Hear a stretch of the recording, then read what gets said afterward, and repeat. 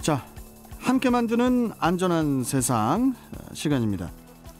자, 오늘은 장성규 변호사와 함께 보다 안전한 세상을 위해 법안 강화가 필요한 이슈에 대해서 이야기 나눠보는 시간이죠. 자, 연결되어 있습니다. 법무법인 비전의 장성규 변호사님, 안녕하세요. 안녕하십니까, 장성규입니다. 예. 자, 지난해에 부산의 한 요양원에서 30대 요양보호사가 80대 치매 노인을 폭행하는 일이 있었습니다. 80대 노인이 그 전치 2주의 부상을 입었던 만큼 폭행 수위가 꽤 컸던 것 같은데요. 이게 어떤 사건인지 먼저 좀 짚어주세요, 변호사님. 네네. 그 요양원의 내부자의 제보로 공익신고로 세상에 밝혀진 사건인데요. 부산 금정구에 있는 요양원에서 근무하던 30대 요양보호사가 작년 9월 달에 보행보조기에 의지해서 이제 움직이고 있는 자신에게 다가온 80대 노인의 뺨을 때리고 또 목을 조른 후에 넘어뜨려서 넘어진 그 노인의 가슴팍을 무릎으로 이렇게 짓누르기까지 하는 그런 사건이었습니다. 그런데 더 놀라운 건 그 폭행을 한 요양보호사의 예전의 직업이 특전사 출신이라고 해서 또 주변을 더 놀라게 했던 그런 사건인데 내부자의 공익신고로 이제 알려지게 된 그런 사건입니다. 근데 이번 그 노인 폭행이 단순한 폭행 사건이 아니어서 논란의 중심에 또 서지 않았습니까? 네. 이게 어떤 일이 있었던 거예요? 맞습니다. 그 말씀하신 것처럼 폭행 사건을 넘어서 이 사건을 조직적으로 은폐하려고 했던 행위가 이제 최근에 밝혀졌죠. 그래서 논란을 일으켰습니다. 그 특전사 출신 그 가해자, 아까 말했던 그 가해자는 사건 발생 이틀 후에 퇴사를 해버렸는데, 네. 그 요양원 원장은 사건 발생 다음 날 이 폭행 장면이 담긴 CCTV 영상을 내부적으로 공유했다고 합니다. 그리고 대책을 마련하면서 그 피해당한 노인의 가족들에게는 단순한 이제 낙상 사고 난 것 같아서 병원에 다녀왔다 이렇게 거짓 정보를 줬다고 해요. 그리고 이제 직원들에게는 이 문제 때문에 조사가 시작되면 가해자가 그 요양원을 음해하려고 할아버지 때리고 자발적으로 퇴사했다. 그런 진술을 하라고 코치까지 했다는 거예요. 참. 그런데 또 이제 심지어는 이게 이 공익신고로 이 사건을 알게 된 관할구청이 이런 사건, 요양원에 이런 문제가 생기면 현장조사를 나가거든요. 그런 현장조사 나올 것을 대비해서 영상을 모두 지워라. 이렇게 그런 지시를 내리는 정황도 밝혀졌습니다. 사건이 발생을 하고 한 달이나 뒤에 이 사건이 드러나게 되고 또 거기에 더 황당한 것은 요양원 직원들도 이런 일이 있는지 몰랐다고 하면서 모르쇠했다는 거잖아요. 네. 그런데 이제 이미 알고 있던 사건이었고 네. 이런 거짓말을 하는 것은 어떻게 처벌 대상에 안 들어갑니까? 우선 당연히 이 사건 발생 즉시 직원들도 알았죠. 저도 영상을 봤는데 영상을 보면 폭행 당시에 주변에 직원들이 일을 하고 있는 모습이 고스란히 들어있었어요. 그래서 당연히 그 당시 폭행 당시 바로 그 자리에서 알았던 거고. 그런데 이제 요양원 원장이 이제 직원들에게 말 실수해서 우리 요양원이 영업 정지나 처벌받게 되면 그 책임을 말 실수한 직원에게 묻겠다라는 이제 협박까지 하니까 직원들은 이제 알면서도 일단은 모르쇠 하는 태도를 취했던 것 같고요. 그런데 그런 사정을 내부적으로 알고 있던 그 참다 못한 직원이 그 내부 CCTV 영상을 관할구청에 제보했던 거죠. 예. 그래서 결국 원장의 행위는 증거인멸 교사에 해당하는 행위까지도 한 것으로 이렇게 보입니다.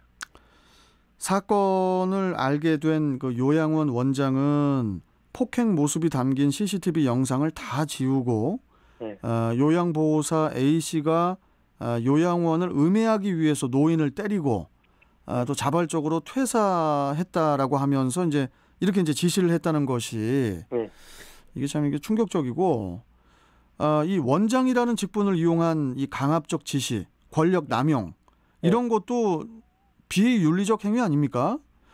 이런 부분도 처벌이 가능하지 않나요? 예, 물론 처벌 가능해야 되겠죠. 들어봐도 이 상식적으로 분노가 치미는 사건이니까. 예.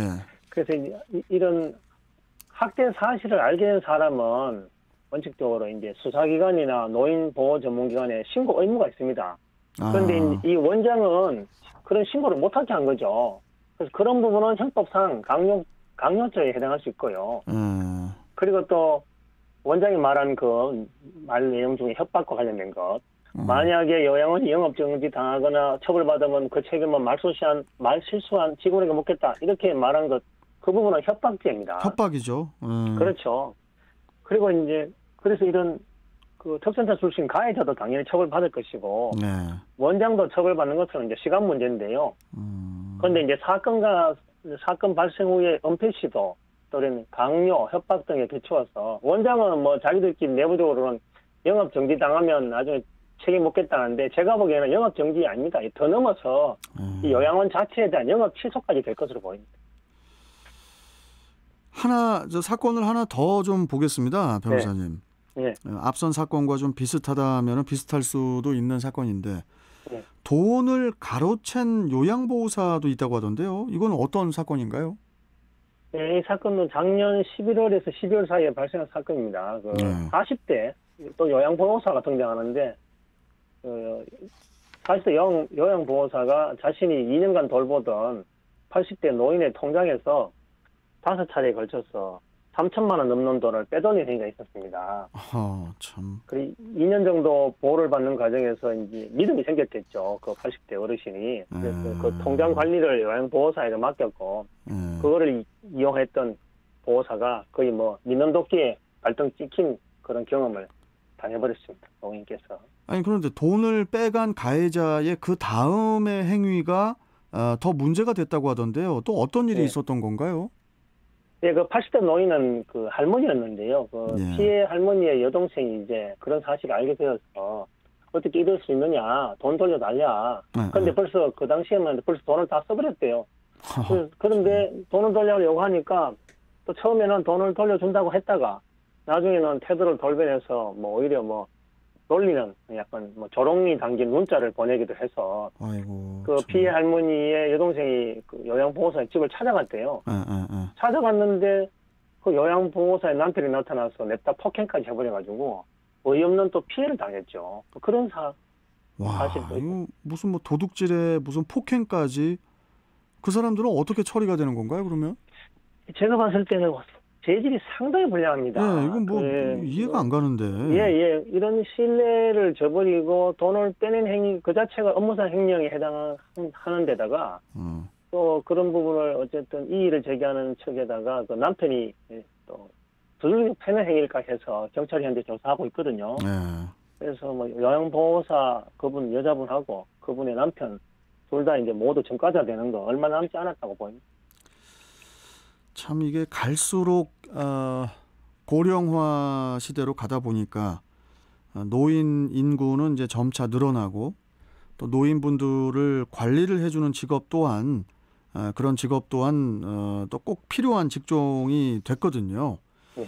나이 들고 또 힘이 없어서 누군가의 도움이 필요한 사람을 도와주기는커녕 폭행과 또 횡령 이런 일들까지 생기는 것은 정말이지 절대로 일어나면은 안 될 것 같고요. 자, 우리 장성규 변호사님 마지막으로 오늘 이야기 마무리 좀 해주십시오. 네, 맞습니다. 그야말로 보호를 필요로 하는 사람들이 너무 많이 늘어났죠. 주변에 너무나 많습니다. 그런데 이제 그런 어려운 체질을 거꾸로 역이용하는 행위, 이 자체의 그 비난 가능성은 뭐 도덕적이든 법적이든 다른 사건에 비해서는 훨씬 높다 이렇게 보이거든요. 그래서 오늘 뭐 소개됐던 이 사건, 이 두 개 이런 사건들은 진짜 강한 처벌해서 경각심을 일깨우는 그런 계기로 삼아야 될 것 같다 그런 생각을 합니다. 우리 어르신 이건 뭐 제 개인적인 생각인데요, 장 변호사님. 어르신분들 이제 의술이나 뭐 과학적인 부분도 우리 이제 세상이 많이 발달을 했잖아요. 그러니까 좀 어디 좀 자동차나 뭐 비행기 이런 데만 블랙박스가 있어서는 안 되고 그렇다고 뭐 요양원 무슨 뭐 실내 뭐 카메라 하나 설치했다고 될 게 아니라 어디 몸 속에 좀 이렇게 좀 뭐 이렇게 위험하지 않게 어르신분들 요양원에 계신 분들 다 블랙박스 설치해야 될 것 같아요, 이 몸 속에. 방지하기 위해서. 네. 네, 물론 뭐 저 성실하게 어르신들을 위해서 고생해 주시는 요양보호사님들도 계시지만은 이런 일들이 터질 때마다 우리가 큰 한숨을 짓게 되잖아요. 맞습니다. 예. 어르신분들이 참. 자, 알겠습니다. 오늘 말씀 여기까지 듣고 네. 다음 시간에 또 뵙겠습니다. 고맙습니다, 변호사님. 예, 수고하셨습니다. 자, 법무법인 비전의 장성규 변호사 만나봤습니다.